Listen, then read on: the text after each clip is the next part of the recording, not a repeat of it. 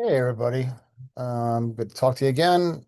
Last lecture was pretty short, but this one is going to be pretty freaking long. So sorry about that ahead of time. I'm actually going to be giving you another assignment yet, but this one's going to have a longer due date. We're actually moving into essentially this, we're going to be moving into the second half of our semester, if you want to call it that, if you can believe it. I know it's only June 7th, um, but we are going to move into what I was saying earlier is more of the reporting end of things, learning how to report more than learning how to actually structure the news story right. I think we're actually at a good place now. Um, Based on what I've seen from the rewrites so far. Um, and also I have been working, and as of this lecture being taped on Sunday, I'm not quite complete with I hope to have them complete by the time you get this lecture, but I'm not quite done with the second assignment, which is the worksheets. I want to address that as well. Um, but what I'm going to be doing at the end of this is actually showing you a video that I've actually pre-recorded. It's a very important video to watch. It's actually part of what's going to be considered the fourth assignment. What you're going to be doing is you're going to be rewriting a press release, and you're actually going to have from now, which this is going to be posted on June 8th, until June 19th to do this. So you have about a week and a half, or a little more than that. Okay. And you're going to rewrite a press release, and the reason why I'm posting it now is because I want to give people plenty of time to do what needs to be done. This story actually, a little coffee in my nose. This story actually um, requires you to actually go beyond what we've been doing in the past, and that essentially is actually, not just in the past. I say it's only been like about 2 weeks, but basically going beyond just taking stuff from like a discussion point or something like that. You actually have to reach out to somebody to get information to actually complete the story. But the more on that later. Let's address what's the matter at hand at first, and it's two things really. One is the worksheets. I have posted, as you know, the rewrite entry for that. There are people are gonna have to rewrite it, but there are number of people who did well on this assignment. A couple of things about that. If I may actually split the screen here. Um, I'm sorry, just give me 1 second here. I always seem to kind of do this in a very clumsy manner. Um, I don't know why I'm not actually. Oh, there it is. Oh my God. I don't know how long I've been doing this. All right. All right.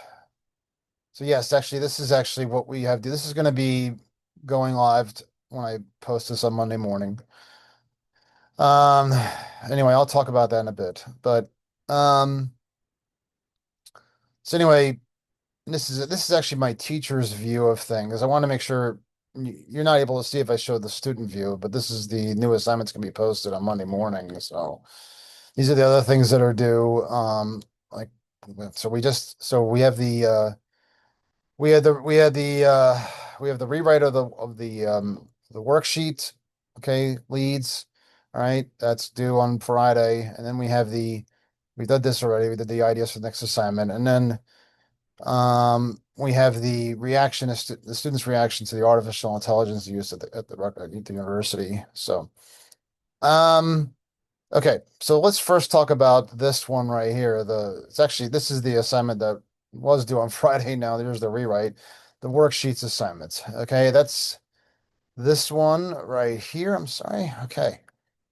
All right. So I was actually quite, like I said, I was quite pleased. I mean, we were moving really at a fast pace here. It's almost unfair to you to kind of expect like just tremendously perfect leads out of this.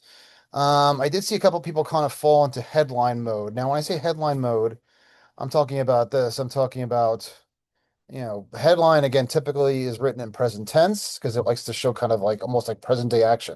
It's what they call headlinees. It's not supposed to make sense. Okay. Um, okay. And it was like missing articles like I would see like let's see, California woman at the start of a sentence when actually it should be a California woman. Okay. I mean, people when if you ask me a question about a woman who did something like was arrested, you would say to me like, who was arrested? I wouldn't say California woman was arrested. I would say a California woman was arrested. Okay.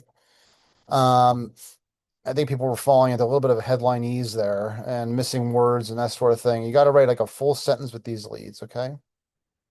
A couple of things that I saw, like I said, many of them were very good. But this was like a little AP style thing. Percent is actually not spelled out. Okay, it's actually the symbol. It used to be different. Now in the last couple of years they changed it. Okay, so I had to make a number of corrections that way. This was like a very common thing I saw. Well, not very common, but I saw this yesterday. Um, a rally was held. Okay, so this is kind of a very slow way of actually entering into the story. I mean, I know news anchors often talk like this, in today's news, this blah blah blah, but that's not actually how you write it. That's not actually how it's written on the paper in front of them. It's actually basically just this, okay? A rally was held yesterday, okay? Because it's much more easier to read, much more active, much more straight. And I wrote on a number of papers, this has to be kind of straighter into the point. This is getting straighter into the point, okay? So try to avoid. I also saw like these clauses like, according to a report released yesterday, well, this attribution at the front of the sentence, it's not it's not just the top of the story that matters, it's the top of the sentence. Okay. If you start off with this, you're boring to read already. And today's short attention spans, forget it. It's just not going to work. Okay. So, um, you know, I mean, I saw that especially on the one that involved the increase in murder rates. Really you want to get to, I mean, I'm giving away a big hint here, okay, but that increase in murder rates was a whopping number, okay? So that should be among the first things you should see in that story. I mean, you can start with maybe a report said blah blah blah, but to start with that kind of long, what they call introductory clause, I saw people got a little bit too comma happy with a lot of even in their rewrites, really just try to have like one clean sentence, especially with the leads. These are breaking news leads. You just need one straight sentence without, you don't really need any clauses except for maybe at the end where it says, according to a report or something like that. Okay. Just really slows down the sentence. I saw people kind of felt like they had to preface things like or there'd even be like opinion happening. A remarkable thing happened yesterday. I mean, okay, well, we don't need to set up things like that. I said this also in like some papers too. That's showing. I mean, I'm sorry, that's telling, not showing. Again, the reader wants proof. So you show it and you show the person and you convince them and you persuade them. Basically, this is a story they should know by showing them the evidence, I hope you're watching because I'm going to give away another answer here. But um, you know, you know, for instance, I saw that often in like number two, which was this one right here. Sorry, let me just get to it. And hold on one second. There we go. It was the demonstration. Okay. The newest biggest thing here is what you should care about, okay? And there's lots of actual rallies where lots of people attend. I've been to rallies myself and that sort of thing. How many times do they get arrested? Okay. So that's what you really should think about and you don't necessarily have to set things up with 150 people being arrested. You don't need to tell me that. Actually, that's a lot of people. The reader down to the fourth grade level should know that. I think it was like nearly 150 people or whatever, around 150 people. That really should be like the first thing in your story, okay? Because that's actually a lot of people. It's not five people. It's not 10. We've seen like these demonstrations where these celebrities get arrested, and it's like a couple of them, that sort of thing. But 150, that sounds like they threw a net on a bunch of people and that sort of thing. That's a lot, okay? Um, there's two I definitely won't give away, okay? And there will be there were a number of people who had a little trouble with even they had like excellent leads, but this one right here, this one it's number three and number seven. I would actually see number three and number seven. I shouldn't say is number three is a little harder because you really have to like kind of use your judgment here, and you have to really kind of thought to yourself, okay, what about this robbery is like different from all others? Okay, what about it? Is it something they stole? Is it something that they took? Is it something that they did? Is it you got to like really kind of start almost asking yourself, not just like when you're doing reporting, you not just have to ask the source the questions. In this case, you can't.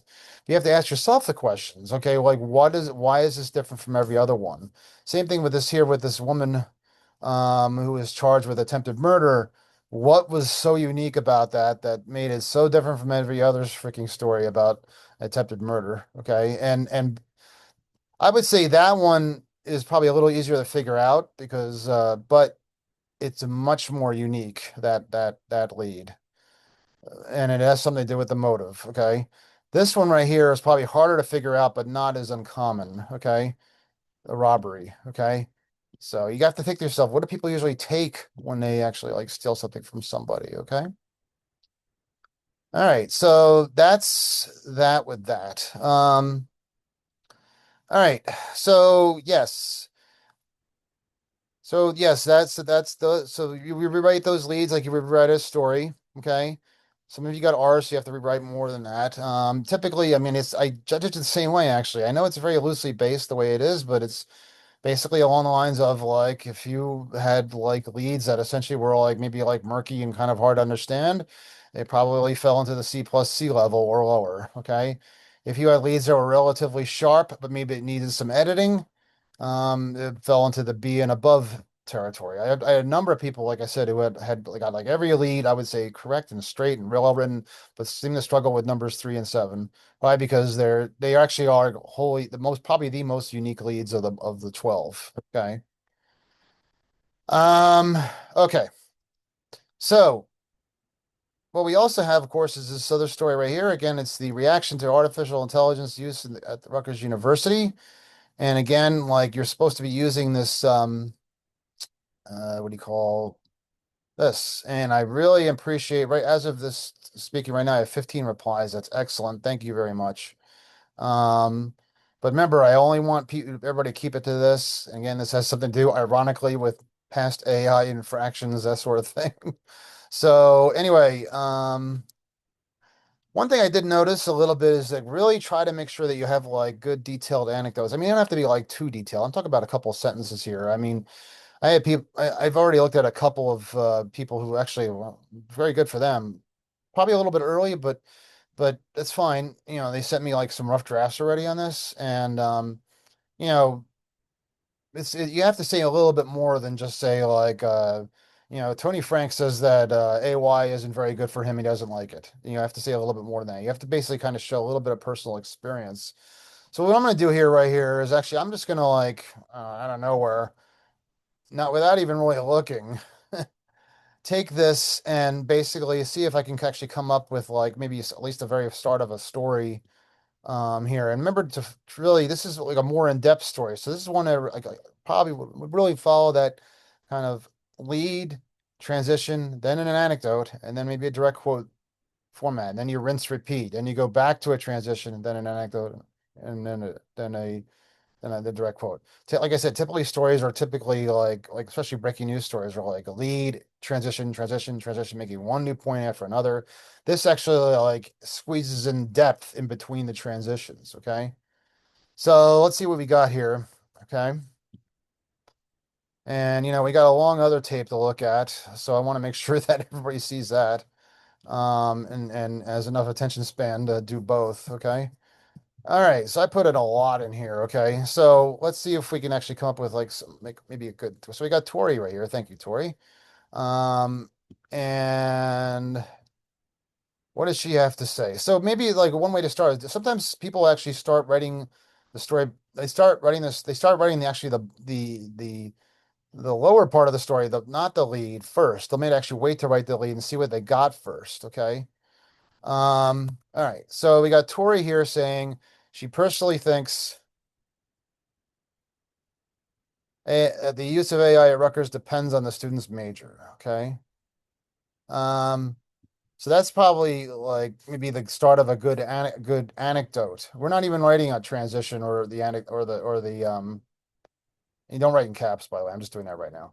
I haven't even written a transitional lead yet. Sometimes you just got to get a good idea to like take what the report information you have and maybe just kind of like put that down on paper and see what you can make out of it.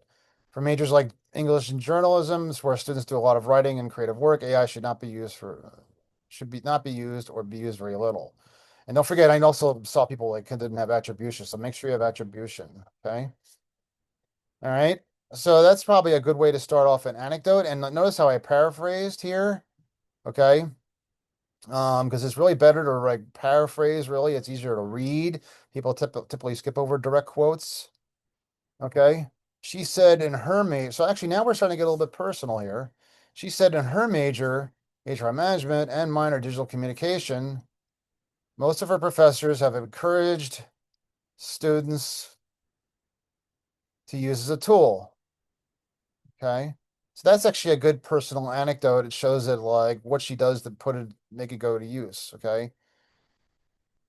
Then she's got in my stats for HRM class, we used AI. She said we used AI multiple times to create randomized data sets to practice what we learned. Okay. So anyway, yeah, that actually is a good anecdote right there. Okay.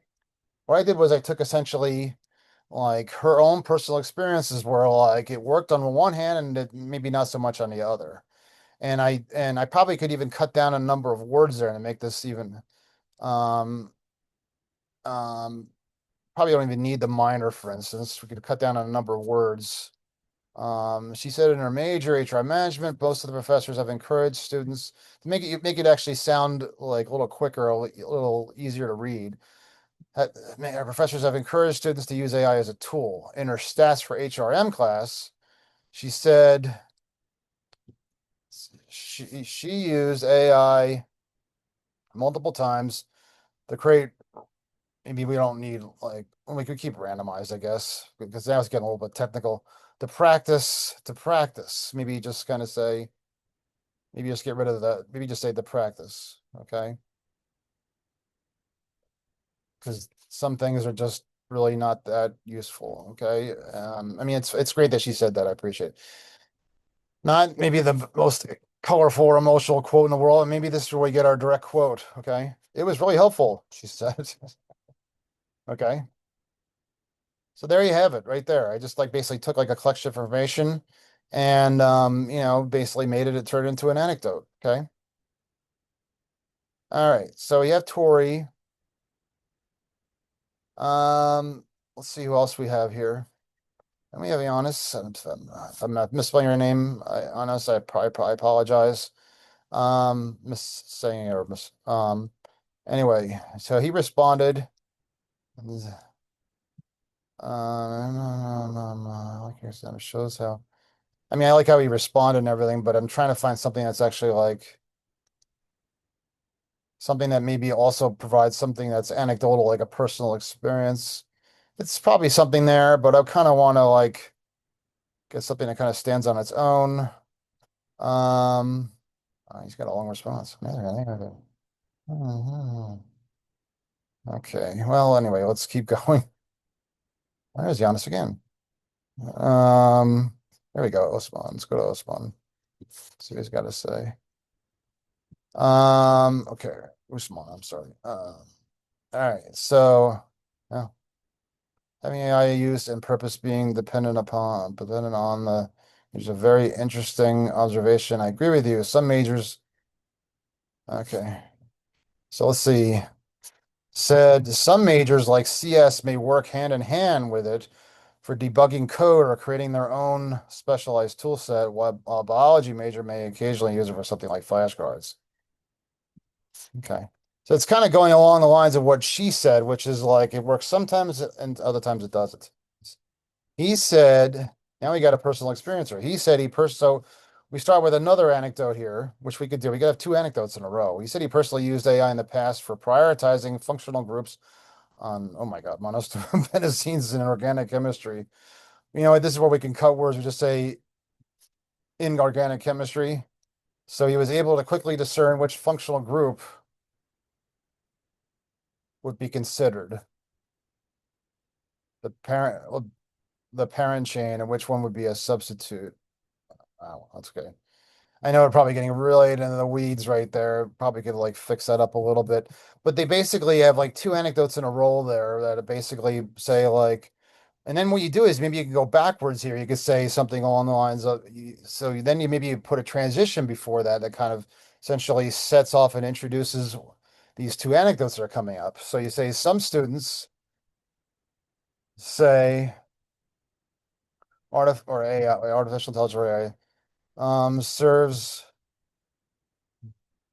a good purpose in some classes, but not so much in others.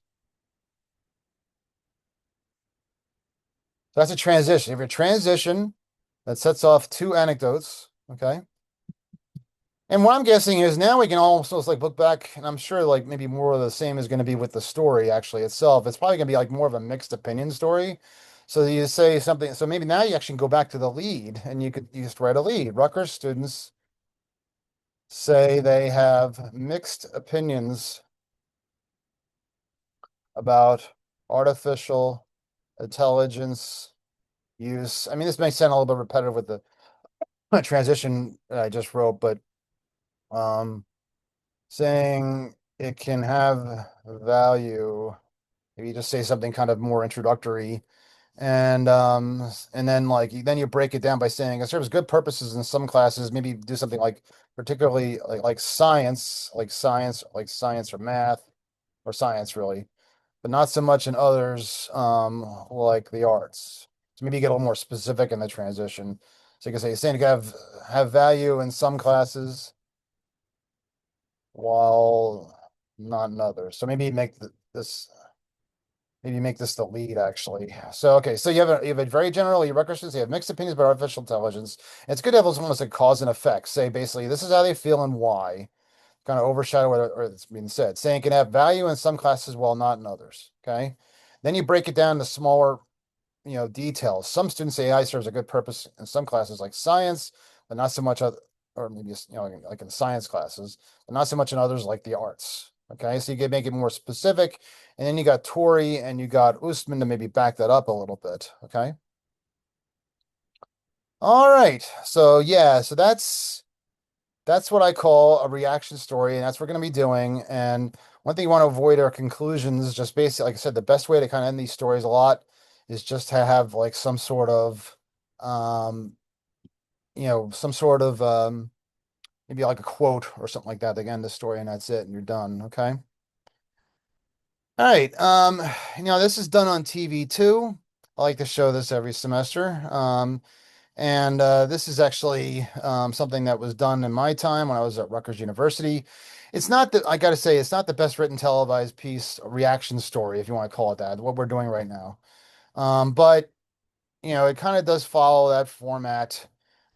There's actually essentially two stories in here. And what happened basically was there was actually, I hate to say it, but there was a drinking death in 1988. I was involved with the Daily Targum at the time when I was a Rutgers student, and we covered this story very extensively. And they actually interviewed me as one of the students to get reaction on how things were at the university. I mean, this is how these stories are typically used. These are more in-depth stories. They are almost like basically like feature stories, kind of slice of life stories. And you're not doing a poll, but what you're doing is you're trying to take again the temperature of a university after maybe something that had happened. Okay.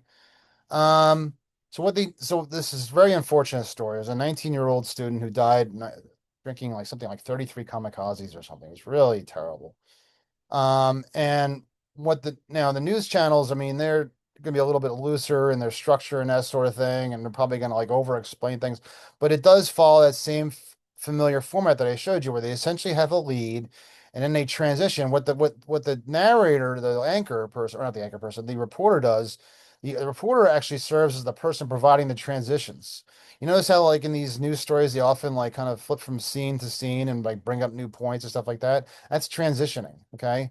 That's essentially like transit making the one point about the larger story, getting a reaction from students like direct quotes, and then moving on to another point that backs it up. Okay.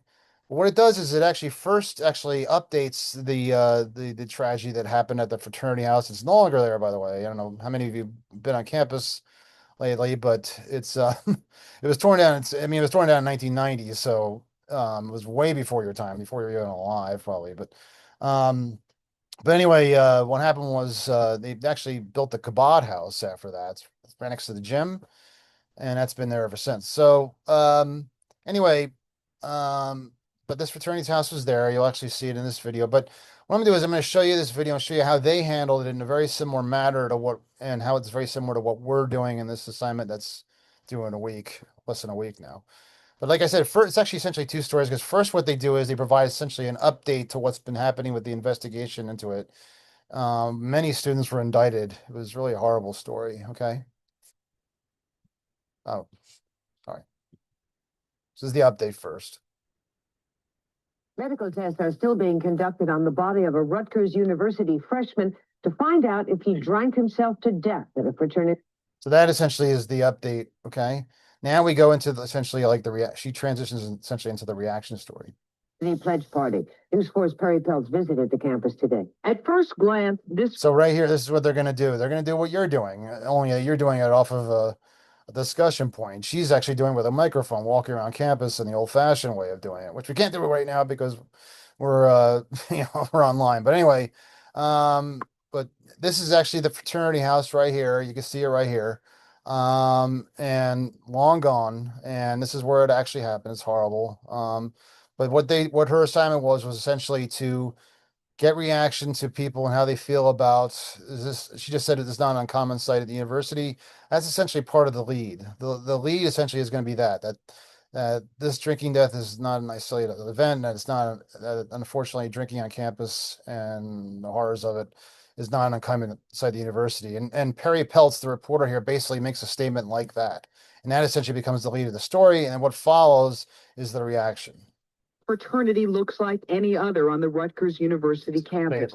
But a closer examination reveals the remnants of an all-night pledge party that has closed the Greek house of Lambda Chi Alpha.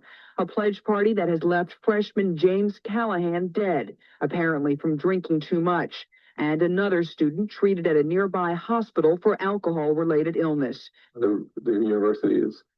Say they're getting administrator's reaction. I say that it's not the best written story. I mean, I would have actually put the administrator's reaction later, but it's really about the students' reaction mainly. Warning because of it. Terrible situation, terrible incident. It's one that I think prompts us to think carefully about a number of issues. Callahan was one of 13 students who had been invited to join the all-male fraternity. According to one student, pledges were told to drink until they got sick, and evidently that's not an uncommon sight around the university. I think a lot of you. Okay, so that was the lead right there. It was like drink until they got sick, and that's not an uncommon sight around university. That was the lead. Now there is no now we're going to go into like it's going to be a little bit different than what you're writing because now we're going to go into essentially like very long quotes. But what she's doing is she's also providing an anecdote and essentially direct quotes at the same time. Okay, so this is what I mean. TV doesn't have that luxury to necessarily paraphrase things, so they're going to actually go stick the microphone at people's faces, and they're going to provide anecdotes to kind of back up the lead. People get very drunk. I think if you ride a campus bus on a Friday or Saturday night, you see people getting sick on themselves. You see people passing out. I think it's a big problem. It's widespread throughout the campus, whether in fraternity, in the dorms, or wherever. Yes, that is me. My kids actually still make fun of me, and what I'm about to say right here, they still say it to me. And I don't know how they're going to stop it. Right there. I don't know how many times I've heard from my kids. I don't know how they're going to stop it. Yeah, funny. Anyway, it's fine. It's great. Okay, so what you saw essentially were like the anecdotes, and then you probably got the direct quote from me, the quippy, emotional, colorful direct quote. I know how they're going to stop it. All right, so you got the anecdotes. So basically, you have the top of the story, which is basically people were reacting. It's not a common sight. Ugh. And you got the anecdotes that people were driving around in the buses and they got sick on themselves, the whole thing. And then you got maybe a direct quote, basically saying, "I know they're going to stop it." And what happens is now, and they typically do this. This is called a real estate shot in broadcast journalism, where they actually start panning the area, like where they're actually doing the interviews and that sort of thing. And, they want to show that this is a college and it's a very collegiate look. And it's actually a distinguished college. This is the old Queens administration building. And what they do is they actually start panning and they start showing, it's almost ironic. And then what they say on top of it, which is called layering, is almost ironic because you see this prestigious campus and they're talking about drinking and getting sick over it. But what she's doing here, she essentially is actually doing a transition to the next point, okay, which you'll hear about here, and she does that actual explaining of the transition. Callahan and the rest of the students pledging the fraternity were all under the legal drinking age of 21, a legal limit that students admit is easy to get around. So you basically got the first people talking about it's not a common sight, and then you got the people talking about in the next point, which essentially is that it's easy to get around. You're also going to see a reemergence of this administrator, which kind of mucks things up. So that's like another that's this transition that's being made here. And a problem school administrators acknowledge. We try and encourage students to run non-alcoholic parties. We have enforcement regulations and policies, but we're still very, very strong. Combating all of those efforts that we may take. Fraternities will. Yeah, non-alcohol party, sure. Now we got the anecdotes coming from the students, and you see a lot of 80s style here. This is 1988. So anyway, almost become like drinking clubs now. So that I think it was not about time something like this happened. I wish it had been something where it was just a shock. But maybe this will just change so the atmosphere of fraternities here to clean up their act. I think it's going to change partying habits here at the school. I don't think so. Not on a long-term basis anyway. I think that for a while things will slow down and then they'll get back to the regular behavior, basically. And after the fact, she was the one who probably told more truth than anything right there. Let's get back, and that's exactly what happened. Went back, and then I've heard stories about things happening since then. Yes, so that's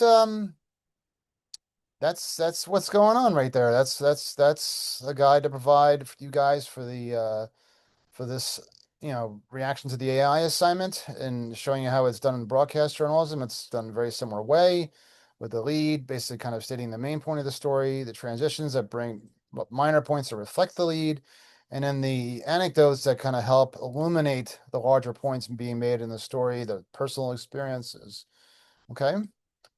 All right. Now what I want to do is, okay, I'm going to go back to the share screen. Now, again, now I will talk more about this in the next couple of classes, but this is the video. It's actually in the assignment entry that I am posting. Okay, oops, sorry. And I want to make sure you see this whole thing. It's an hour long, and yes, I'm basically just going to show you right here, so make sure you see it. And it gives you basically essentially the full instructions of what you do for this fourth assignment. So here's again what we got to do. We got the leads worksheets rewrite due on Friday, the 12th. We've got the reaction to the AI use at Rutgers University due on the 12th.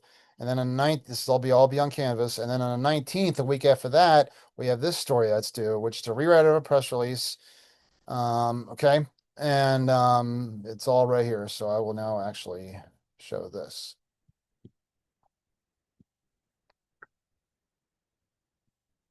Hi, everybody. Welcome back. Okay, so I'm making this video on one I'm going to use for posterity. One that basically introduces essentially the second half of this course, which is emphasizing more of the reporting end of things. This is going to be a story they're going to do. It's going to be derived based on what do you want to call it, a press release, remaking of a press release. So press releases are essentially probably the number one way news is delivered right now, and how it's received and how it's essentially processed. It used to be like you actually would go out on your own and do it your own.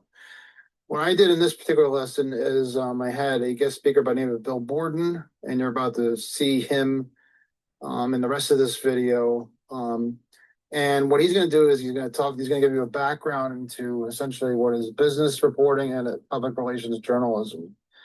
And in those particular areas, you really do have to dig. You really do have to get information, because how it's typically delivered to you is in a press release. The press release is meant to essentially spin it the company's way, spin it in a way that so that the company can emphasize what it believes should be the top priority in the story. But what you need to do is you need to basically take that take that press release and look at it and say to yourself, is this the press release, the way it's focused? Does it really matter to people? Does it really, when people shop at a store, do they really care about what's actually in this first paragraph? Because as we talked about in news stories, the first paragraph has the most important stuff. Now, let me share. Now, the reason why I'm actually like have given this little introduction to Bill's appearance, which is essentially what this video is about, is because well, first of all, I did this at a class lecture, and the press release didn't really show up very well on the it didn't show up really at all on the video, so I'm going to show it to you now. The second thing is that I think it's appropriate to actually provide some sort of introduction to Bill's appearance in my classroom, because to provide some sort of context for what we're doing and why he's speaking. He will give instructions on what to do with this assignment, and I will too, but I'm going to give you some preliminary instructions right now. So let me just share this screen. Okay. Okay, here it comes. Okay. All righty. Now that, all right, so this isn't the press release, okay? And Bill, will, as he'll say later on in the video, will act as the contact. This is a made-up press release. This is actually something that's fake, okay? So we're going to play a game of pretend here, all right? And the game of pretend essentially is this, is that you're going to write about something that actually is, I should say, it is based on something that actually happened. But you're going to write on something, you're going to dig in for information for a story that's going to be based on this press release, as I just said. Now, here's the deal. Here's what you really need to keep in mind as we discuss later in the video. So when you actually do any kind of like business reporting or any kind of like contact with any kind of reporting, really, whether it's political or whatever, and you're dealing with public relations agencies, as I noted, they're trying to get their message out. What you have to do is, again, you have to look at what they present, and you have to say to yourself, okay, so again, what is that really matters to the people overall? So when you look at this press release, you'll see actually that it's about this company called Megalomania Media Company, and it's a made-up company again, and they're the leading provider of entertainment. And this is an exercise in not just in digging, but also in news judgment. Okay, so you have to basically judge to yourself when you are given this news information, which is often given to business reporters all the time. Yes, maybe this would matter. What they're doing is they're forming an office of chief executive, a broad restructuring of management roles. The company's restructuring. So that might matter. Sorry about my dog there. That might matter to a lot of people who are, within the business world themselves. What you want to do is you want to sell a story to the world at wide, okay? And when you see something about a restructuring, you're not really going to be that really interested in it if you're the average person. You're not really going to give a crap about whether that's actually something that should matter to you, okay? So what you have to do is you have to actually essentially look through this story to see if there is actually something that will actually matter to you, okay? Will matter to everybody. It doesn't always happen, okay? Restructuring of roles, hiring new CEOs, things like that are stuff that happen all the time in journalism. And in fact, we have a section in my magazine, Best Review, where we actually list essentially all the big executive changes all the time. But sometimes you get something that's buried in a press release and you say to yourself, wait a minute, that needs expansion. That needs more emphasis. That's something that can matter to a broader audience, okay? So in the video with appearance with Bill, I'm pointing to this and I'm showing everybody basically, I'm not going over it very specifically in the video, but I'm talking about how this lists like a bunch of things, developments have happened within the company. What you have to do is you have to find there's essentially one paragraph that basically stands out overall. It gives a clue into something that like goes beyond business sense, goes beyond, maybe you can even argue that goes into essentially some sort of, subject matter that deals with lack of morality, or that, to put it mildly, okay? That basically is something that could happen to anybody, anything, in any kind of field, politics, for us, I don't care, okay? So here, right here is you have the Office of Chief Executive of Restructuring, and then they talk about essentially who is essentially being put into these management roles, okay? And they go into some, again, actually, some of these names are actually not made up, but it's a made up story because what my friend did, he's an old Mets fan and he inserted names of old Mets players in here.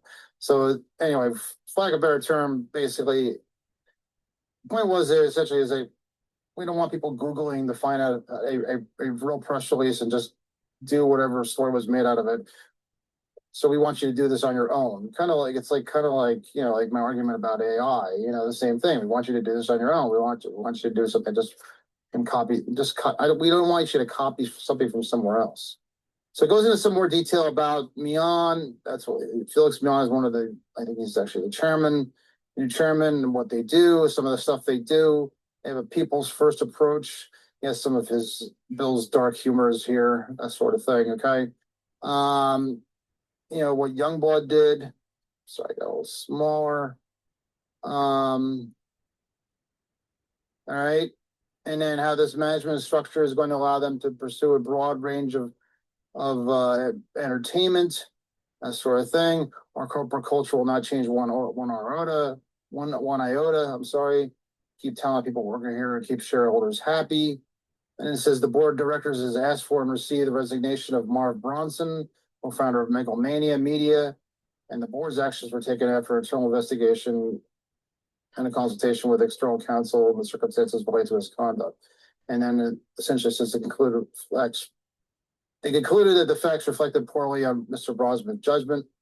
All right, so the point here is that you basically have to kind of figure out in this story, what is the stuff that matters to more people than just like some small group of people who are nerdy business types, okay? Something that maybe maybe people read like People Magazine or TMZ or that sort of thing, okay? And essentially like turn the story upside down. And so whatever subject matter you find in this press release, that needs to become the focus of the story. That needs to become the lead of the story, okay? And then what you have to do is you have to go to Bill you have to email Bill. I was just doing that right away because you have, you know, a limited amount of time to do this story, okay? But you go to Bill right away and you email him and he will give you information. It could be a very basic question along the lines of like, what really happened here? You find out what the lead is first. And what you could do is you could also actually email me if you need help. Certainly find out what you think the focus should be. Maybe just really suggest it first and I'll try to help you along. I'm not going to give you the answer once you get it right. And then maybe go to Bill after that. And then I would do it right away. Just say like, what happened here? Okay. And what he'll do is he'll provide you some information, some documents that will, sorry for the noise, that will actually,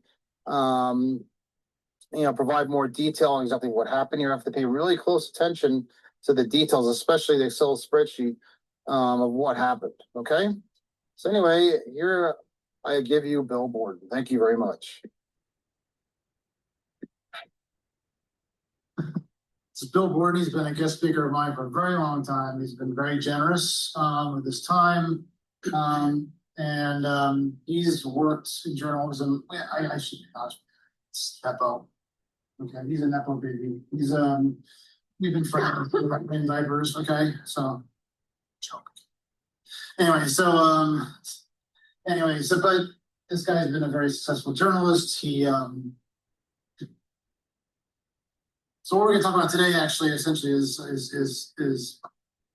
public relations and business writing, in particular, because those essentially are two areas of journalism that have actually, well, you could argue this, I guess, right, Bill? But yeah, where there's been actually some like a steady growth, I would say.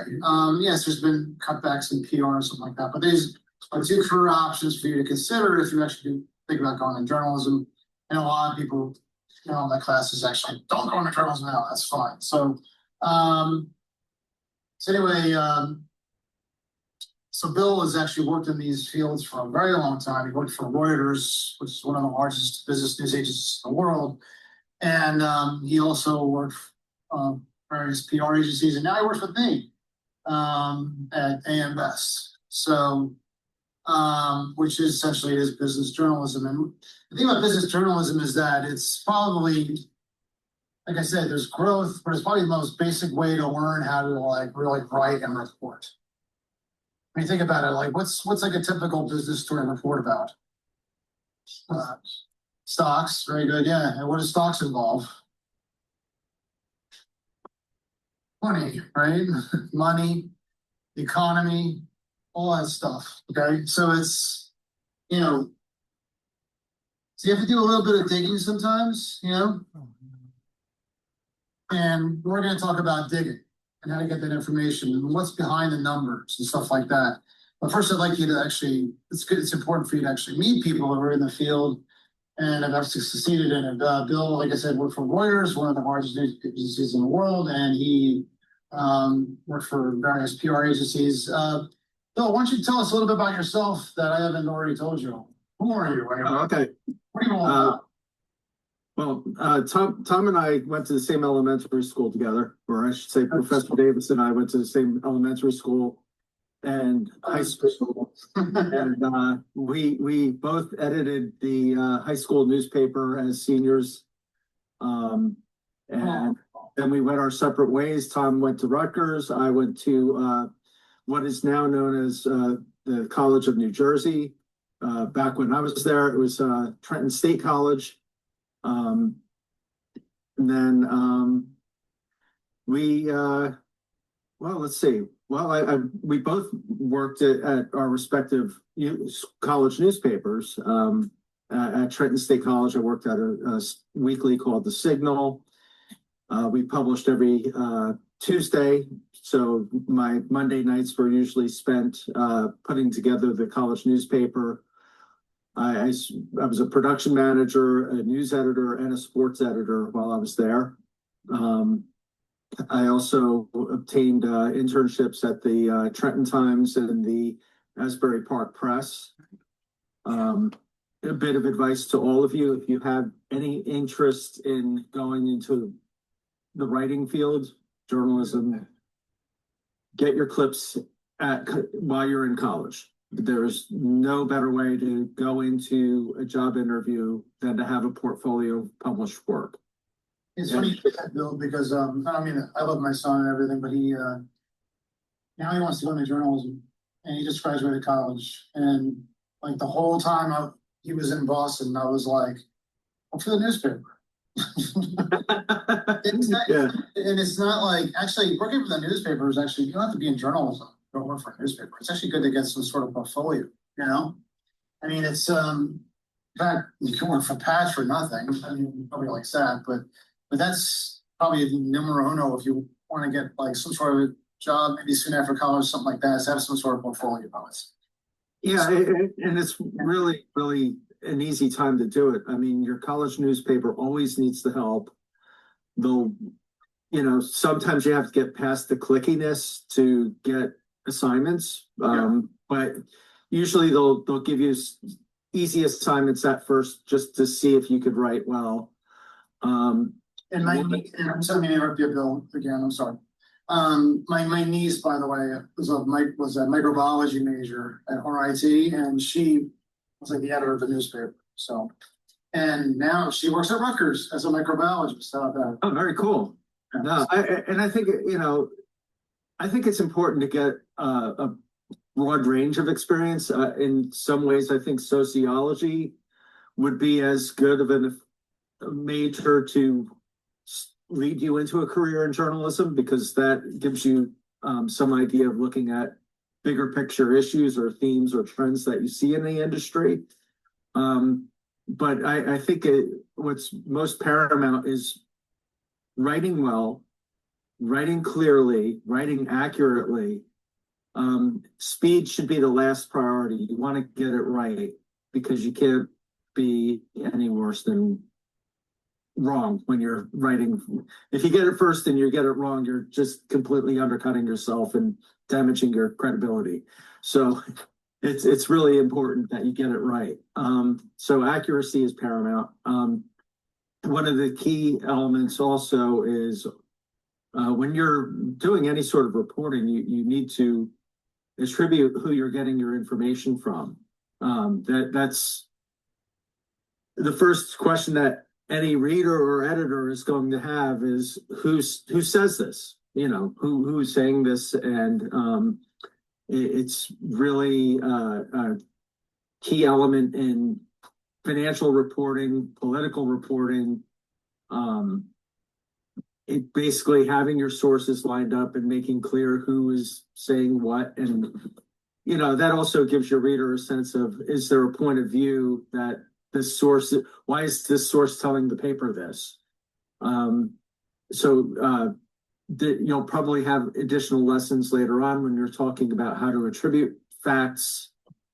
Some people might have a vested interest in saying, I'll give this to you on background, and that means they want to inform you, but don't attribute the details to that particular source, and they're just kind of leading you in a way to go verify it on your own by additional sources. So that's a very, that's a much deeper discussion when you're talking about sources and that negotiating how to attribute particular details. When you do that, Bill, it's like, what is that? When you say he said, she said, they said, what does that do? What does that give the story? You want to be fair when you're reporting. You don't want to. You always want to give people an opportunity to respond to negative details. I mean, even if you're under a tight deadline, you should at least pick up the phone and make a call to see if you could get somebody on the line. And if a story is particularly inflammatory, you might want to give them a bit of leeway rather than, hey, you got 3 minutes to tell me your response to this. Especially if it's very, very damaging. When I was at Reuters, one of the things that we had to be careful about was if there were bankruptcy rumors about a company, because once you put it out there that there's rumors of a bankruptcy, all of a sudden creditors and suppliers get very nervous because they might not get their money back, and they might withhold. Let's put it this way: you could be that story that says, "Oh, this company's on the verge of bankruptcy." That might be the tipping point that pushes them into bankruptcy, and essentially could cause undue problems. So I think you want to be fair when you're reporting. And I think how did you start out? Would you? Well, yeah. I mean, going to Reuters was not my first job by any stretch.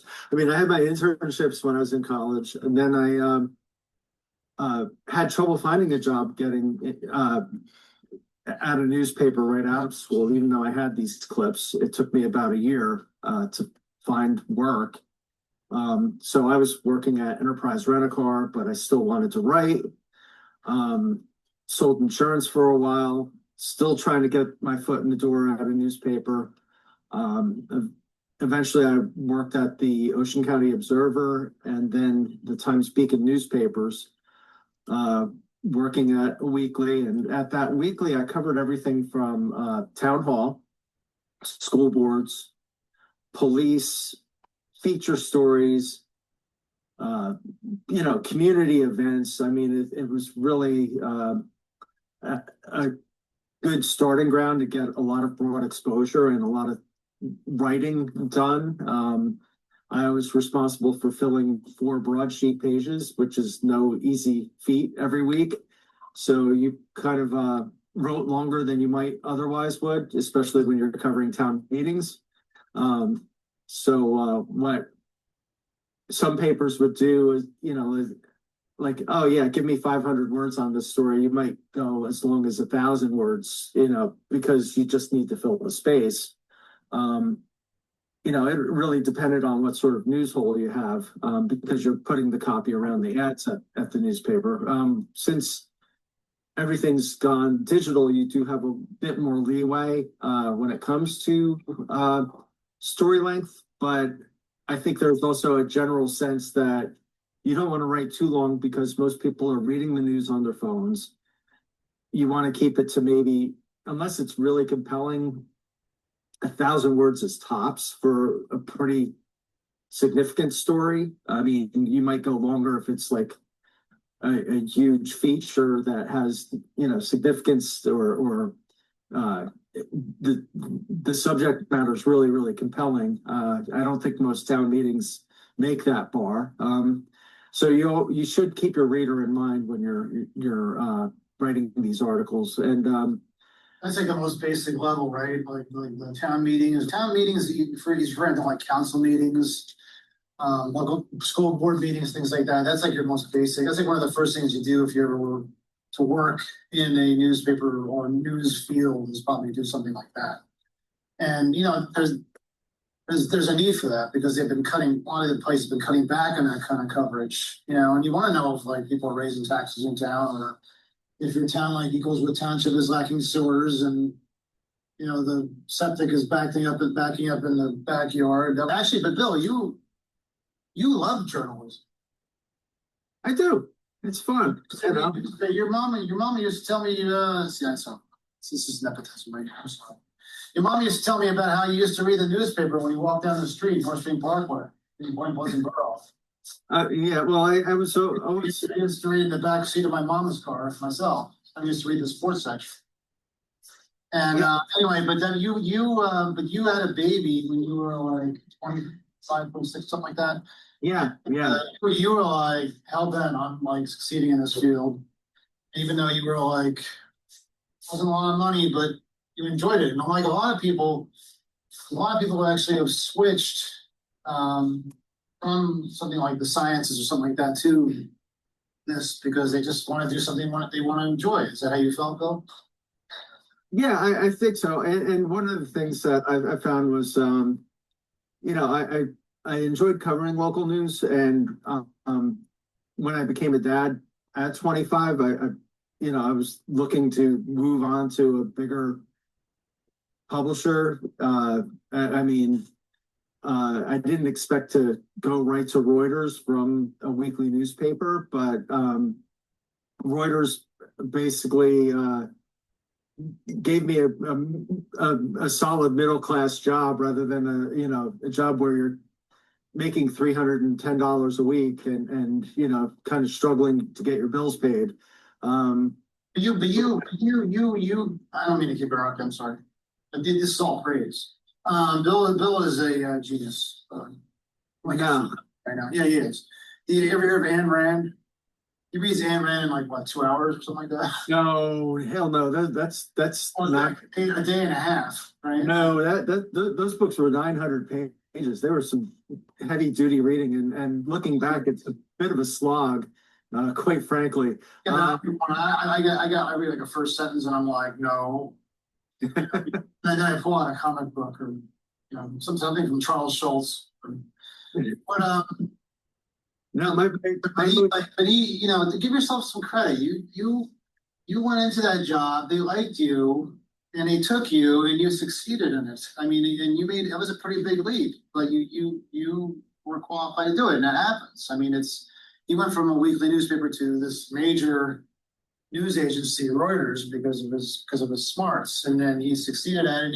He basically took like any job they offered you when you went to Reuters, right? I mean, like when it was the equities, the equities desk was just it's the very definition of a news mill. Basically, we would have PR Newswire feeding us the news, and it would be just if you're basically writing financial news for stock traders, and they depend on speed and accuracy more than anybody.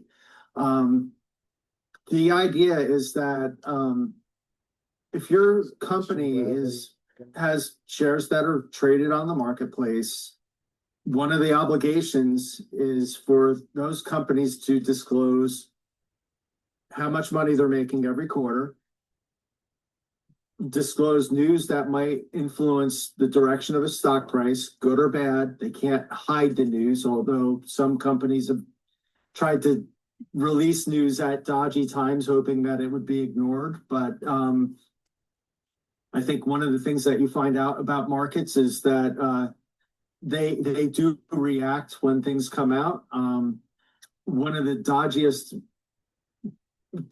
disclosures that I've seen was when a company put out a profit warning on, like in the evening of July 3rd, hoping that the July 4th holiday would kind of dwarf the news. And What do they call that, Bill? the next trading day, well, it's, just News dump.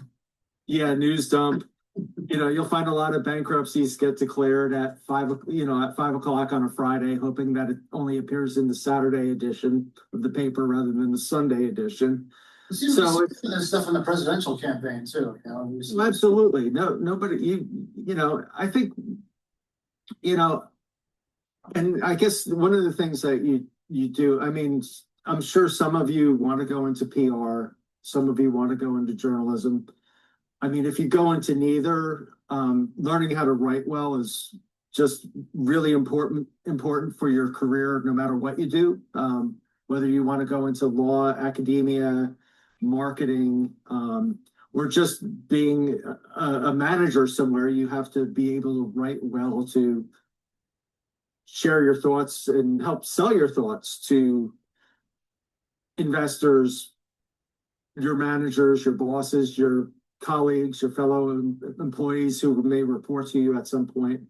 I also, if you do want to go into any sort of management field, I also highly recommend developing presentation skills. Being able to speak in front of a crowd and articulate a plan is a crucial skill for leadership. I can't stress it enough because I think just putting up a bunch of slides and talking, regurgitating what you see on a slide doesn't really do much as far as presentation skills. I think you need to be able to go up and use those slides. If you're going to be using the slides, what you want to do is talk to the slides, not just regurgitate the slides. So those slides are only tools to keep you on track if you're presenting before an audience, and just don't use them as a complete crutch and bore your audience. So that's a little bit of a sidetrack there, but in terms of going into well, I mean, I was at Reuters for 12 years. So I'll just go back to that.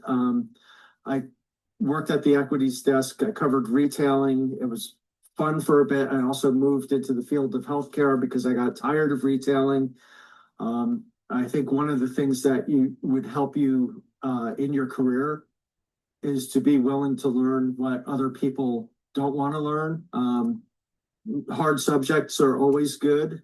Science, economics, technology, I think will give you a much more stable place in the job front rather than focusing on writing about pop culture, because it's very hard to break through doing that because it's kind of seen as light material. Well, you cover the Versace family. I did. Like I said, I moved on after a few years of covering retailer, but I mean, there are fun moments. After Gianni Versace was murdered in front of his home in I think it was Miami Beach. He was down in Miami, but I don't know if it was Miami Beach, but it was in one of the most affluent neighborhoods in the city. He was murdered by a man. I think it was 1996. But his family had to show that the business was still viable, even though Gianni was the guiding creative force of this business. Fashion. So, yeah. So his family invited a bunch of reporters over, and it was quite shows you really how the other half lives, because he had this mansion down in Miami, but he had a townhouse on the Upper East Side that was barely a stone's throw away from Central Park, and I met Donatello Versace, I met his brother Santo, and they kind of did this meet and greet with reporters to let them know that the business is still going on. I ended up coming away with this story. The brother was talking about actually taking the company public. It never came to be because, I mean, when you do take your company public and sell shares to outside investors, you kind of have to like do a lot of disclosures. And, you know, I think family businesses, I mean, it does help with bringing in new capital, but if you're essentially bringing in enough capital and keeping the family happy, I mean, why do you want to open the doors to having other people tending to your business? I mean, you'll see it in the technology world where, you know, I mean, here's an example. Mark Zuckerberg basically took Facebook public close to 20 years ago. I mean, at some point he needed to, you know, bring in additional capital because he had other outside investors that were looking to cash out. And that's the way the venture capital business works. You pitch your company to them, they come in, they fund it, but at some point they want an exit so they could go and invest in the new next big thing. And what happens is those successes cover a lot of failed investments at venture capital firms. So it's one of those things that, you know, they know what they want to do. They know what their holding period is for companies. So they don't want to be sitting on, they don't want to, when a company's public, the fastest growth is typically behind it. So they want out and they want to go in and put their money elsewhere. So that's, you know, that's just one of those things that you have to be mindful of. How'd you cross over into PR? Like, I know you went to graduate school, which I recommend anybody because that's the way things are nowadays.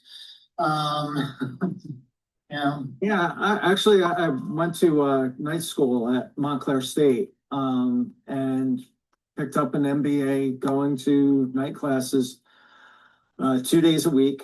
And some of those days were kind of rough because I would be up at 5:30 in the morning at my desk by 7 a.m., work from 7 to 3, and then get in my car, go to Montclair State, do my homework, and then go to class till about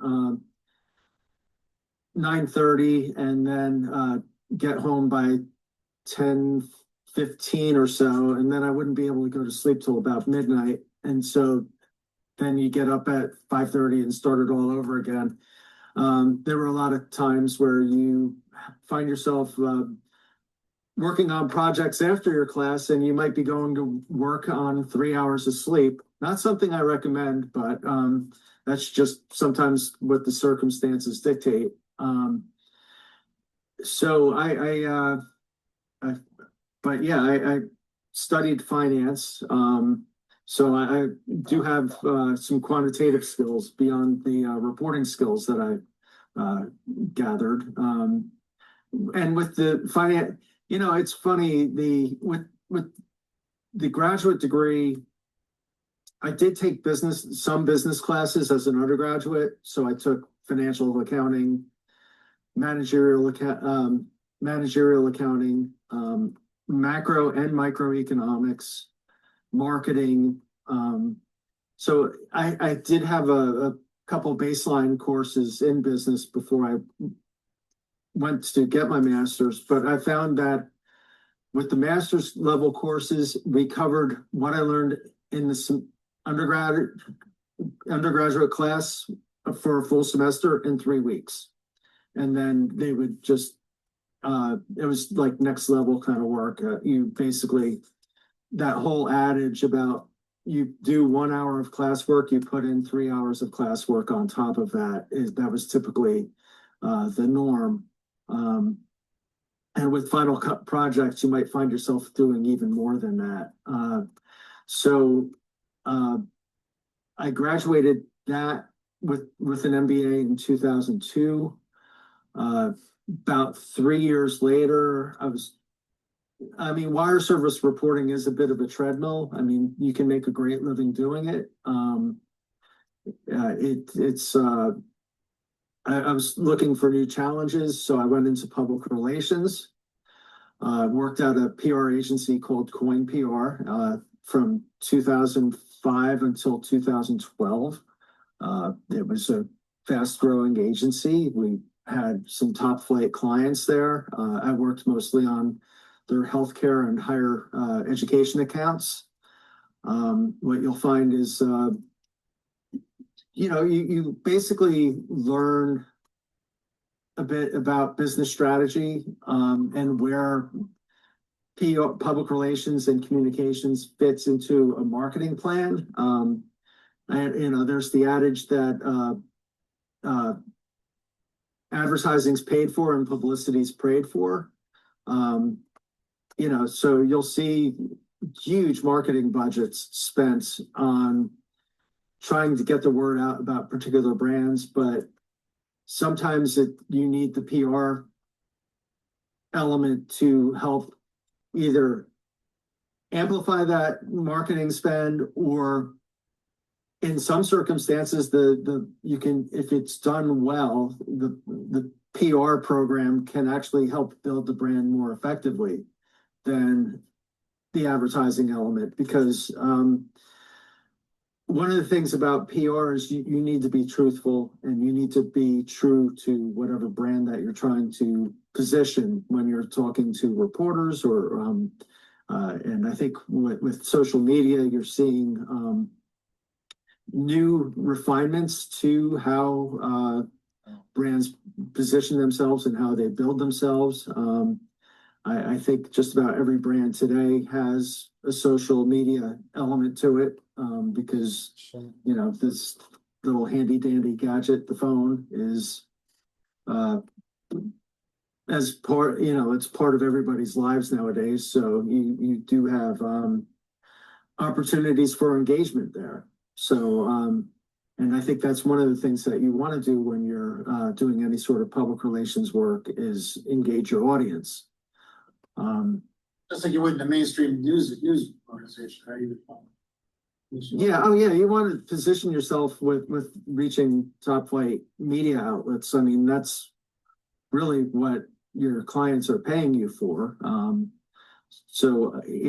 did work at Coin for 8 years, and then I moved on. Well, what happened was a client took some work in-house, and this is a thing that happens with PR agencies. Clients will take work in-house because they're spending lots of money, and sometimes when they make a budget cut, that basically leaves the agency in the lurch. And the agency, I was let go because there was just a tight situation budget-wise. The client takes work in-house, there's $1 million hole that sometimes needs to be filled. And that's $1 million hole. Basically $1 million hole. And that's because of your brevity and your charm and your geniusness, you landed with your 2 feet flat on the floor at the world's greatest what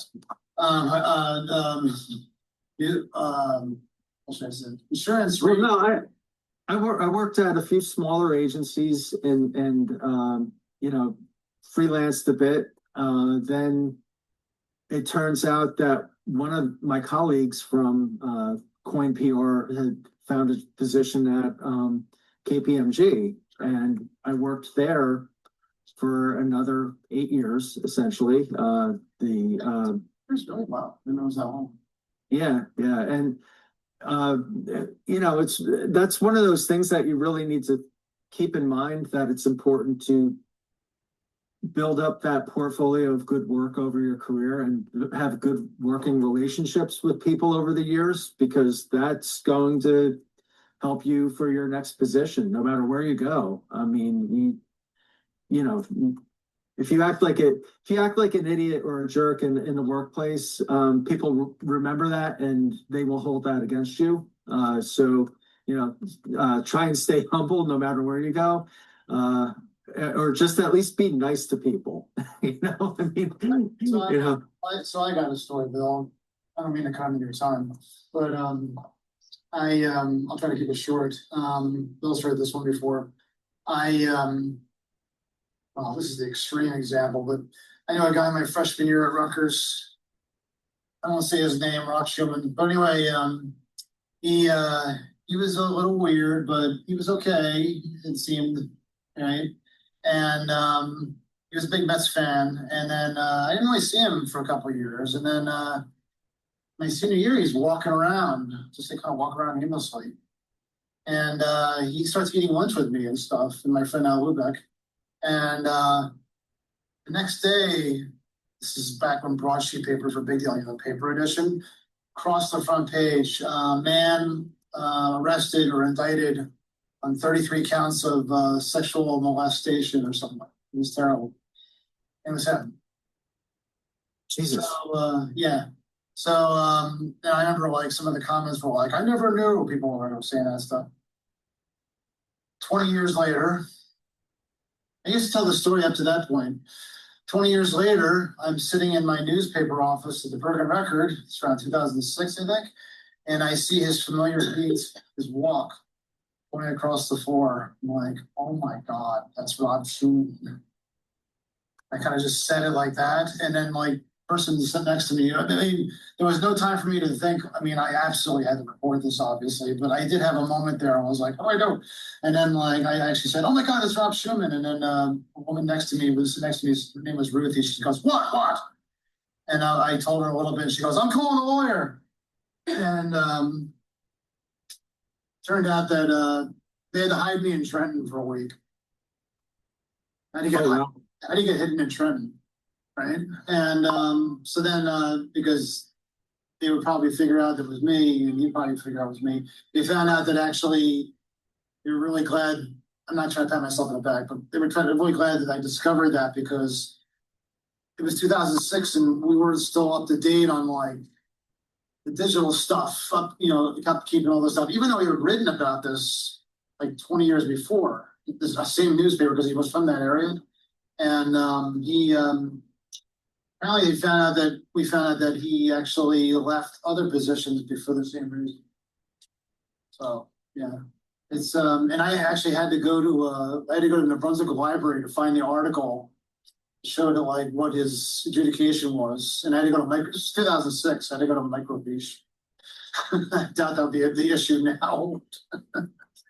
Anyway, the point is that of course that's the extreme example, but the point is that you really need to be clear about who you are, what you do, that sort of thing. And get those, get on LinkedIn, get recommendations, that sort of thing, no matter what position you go into. That sort of thing. Yeah, don't be afraid to use LinkedIn to show your work as well. That's basically what it's there for, and also to build connections with people that you work with or have projects with. I have over 1,300 connections on LinkedIn. That's really a great network to have for your career.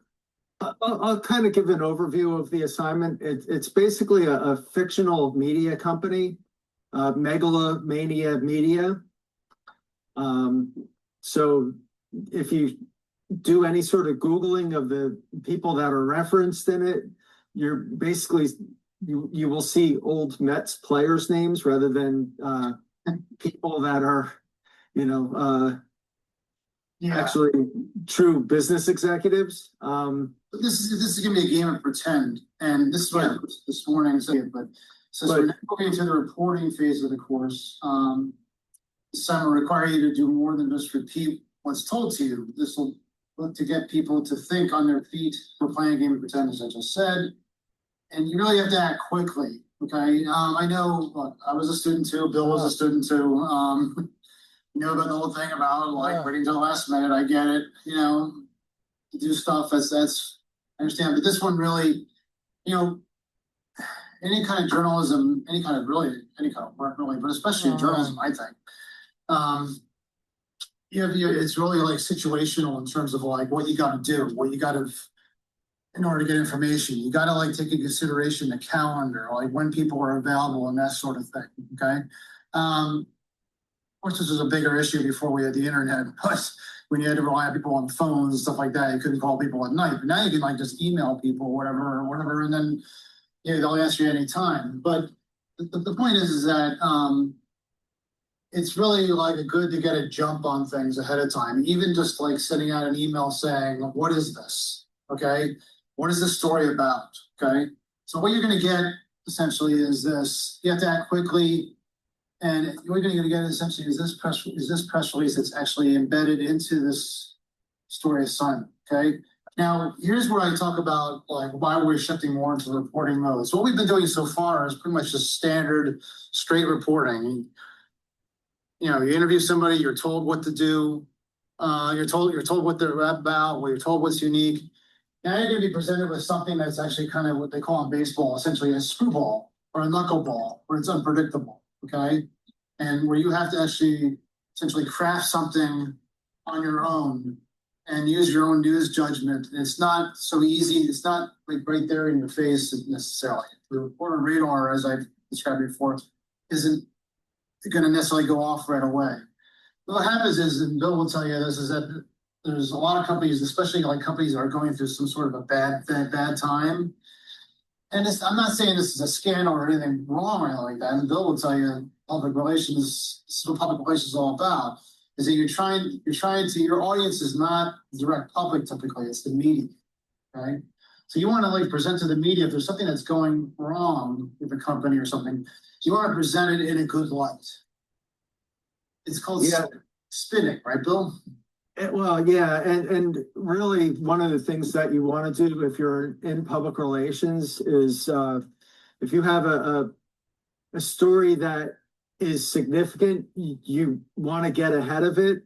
If you're on the PR side of the fence and you want to turn what could be like a multi-day bad story into cut that timeline into fewer and fewer days. You don't want things dragging on and on. So you want some degree of damage control where you take your hit just one day.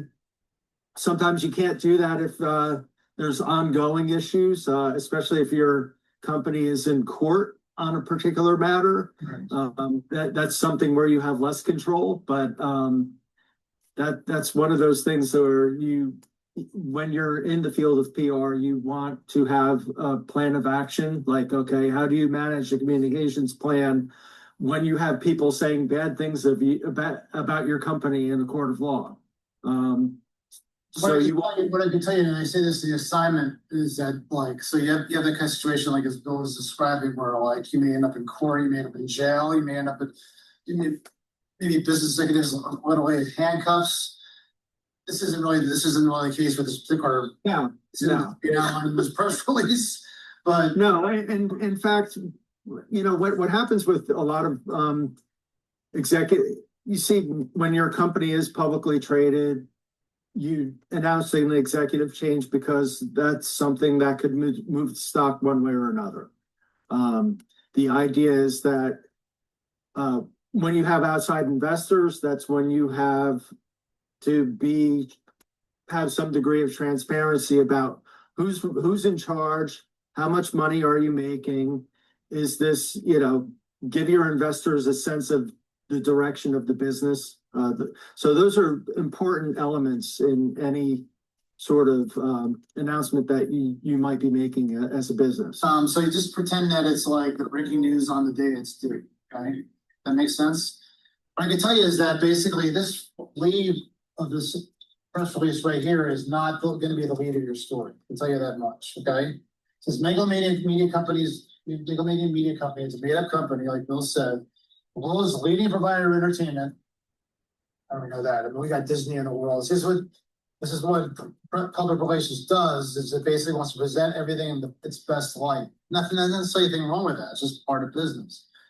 And now it says forming an office of the chief executive in a broad restructuring of management roles. Okay, so you have to ask yourself is, like, let's say I'm trying to shop for something, I don't know, at a mall or something like that. I want entertainment or something like that. And I go to the Megalomania store and I want to shop there. And I think to myself, well, I don't know if I want to shop there because they're going through a broad restructuring of management role. You think that would really happen? Nobody really care, right? Isn't that kind of boring? You know, what you want to do is you want to humanize this. You want to TMZ this. You know, what's TMZ? Anybody know? I mean, that's hyperbole, TMZ. But what's TMZ? Anybody know? TMZ, by the way, is they're not entirely responsible. In fact, they pay people for money and that sort of thing for information and stuff like that. I don't recommend them as a journalism thing, but one thing, they are probably one of the most popular news media sites because they report on the scandals, you know? And oftentimes they're the first, I hate to say this, but this is not a good thing, but when Kobe Bryant unfortunately passed away, they were the ones that told the story. So it's like they are actually kind of out in front of these things. So anyway, what you want to do is you want to find whatever essentially scandal is it within here, okay? And what we have to do is there's a paragraph in here, okay, that really kind of should call out to you what this story is about. And what I'd like you to do, if everybody's paying attention and listening to me right now, okay, is to find that paragraph. And this is not required, but I really strongly recommend that you reach out to me. We can do this in class too, okay? Reach out to me and you say what you think this story should be focused on. Which paragraph? There's actually two paragraphs, really, but Yeah, there's a couple things that should be what are red flags that basically should set off like your news or your meter for whenever you're in journalism, you have to think about the primary question is who cares, like and you have to like look at all news from that standpoint and why would my audience care about this? right. And so like when you're actually like shopping or something like that, now you might actually find something within this press release that may lead to information that make me think like, ew, Megalomania, ew, that sort of thing. So, but this is all. Or a bigger question is why are they reshuffling the management? Yes, exactly. Yeah. They're reshuffling the management. They're making everything look good. Look, we're improving everything. We're making everything look good. The company's great, in great shape, but they're only doing that because something bad happened. So now here's the thing, though. Okay, what you need to do is now Bill's going to play an acting role. Okay, he's going to play essentially the spokesman. Bill, you don't mind being quoted directly as in your name? That's okay. Yeah, I'm okay with that. I figure, and yeah, please send me an email if you have questions tied to this press release. This is just so you know, in real life, this is Bill's not actual job. So if you do any kind of like Google search, this is not going to come up. I've had people like to say like, it's funny, like, oh yeah, they're trying to, this is past years. Okay. I've had a couple of people come to me and say like, I Googled this to see what was there. I was like, why are you Googling this? Are you trying to find the story? Yeah, we're saying this. This company is completely fictional. It's something that I cooked up in my imagination, but believe it or not, it's based on real events. It's actually based on a real thing that actually happened. Yes, I've actually had a couple of people have discovered that. So, anyway, what you need to do is you need to find that what would be essentially the lead or the focus of the story within this press release. And then you need to go to Bill and email him here. Okay, that's okay, Bill? Yep. And then it's my Yahoo email address. Yeah. And Yahoo, right? And basically say to him, what really happened here? Okay. Bill's going to supply you some pieces of information that will have it. And actually, it's not going to necessarily, he's going to play a little bit of like, I guess you could say, fake out or whatever, or you're not necessarily gonna get. It's not gonna be like so readily apparent what the information you need is, okay? He's gonna give you, one of those, I won't tell you too much, but one of them is gonna be a voucher on an Excel spreadsheet. And that's gonna contain some very important information that actually makes this story more of a scandalous story, okay? And basically one that will make this much more interesting than just some restructuring of a company, okay? It's called color. Yeah, right. So basically that'll have that information. That stuff, first of all, you need to find like what's the big thing that happened that caused them to restructure their roles. And then you gotta find out what led, find out more information about that one happening. And he's got that information. You need to email him. And I would do that ASAP, just without even thinking. You don't even have to Just read the press release, come up with 2 or 3 good questions, and I should be able to help you out. Right. And then, yeah, exactly. Okay. Does everybody got that? Okay. I would email them today. Just email them to say, hello, hi, what's going on here? Or just, actually, I would suggest that if you want to be really careful, maybe just try to find out what you think maybe the focus of the story should be. One that would appeal not just to the media, not just to business executives, but like I said, that whole TMZ world, or even not just TMZ world. This is something that would be in the New York Times. This is something that basically could really shake the reputation of a company as much as And what happened here is something that did happen in an executive suite 20 some odd years ago, and it was at a very large company and had far-reaching consequences about companies being examined about how they're run and what's called corporate governance, where you see one of the things that when you have a large company, you have a chief executive, but you have a board of directors that's responsible with hiring the chief executive and setting broad policy for the company.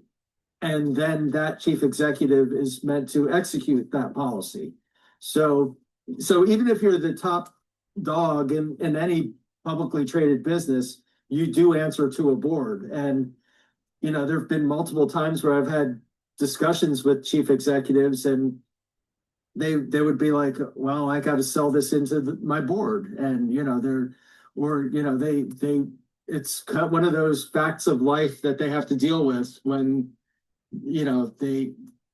they are held extremely accountable, believe it or not. If they don't perform up to par, they could easily be replaced. But, that's a company with good governance. Where there's companies with lackadaisical governance, it's kind of like the CEO might pack the board with his or her friends, and that's where you have shoddy, that's where businesses tend to get into trouble, where you start to see, the board was asleep at the wheel, and they didn't really rein the CEO in. You can write a 500, 800-word story on this, just like we've been doing, okay? He'll send you a document that provides some of the depth you need. And since that document will provide crucial and vital information for this assignment, but again, you have to figure out the focus first, right? And then quoting the documents is something that reporters do. You just basically say according to the documents. Okay, that's how you attribute it. And just mention what kind of document you're citing. That's also very important too. And then I'm available for any kind of help too. So, anyway, Bill, I want to thank you again very much, Bill. Yep. All right. If you're still listening, let me go back here. Get rid of this thing that's actually in the way. And that's it, everybody. So I appreciate it. Let me know if you have any questions. Thanks very much.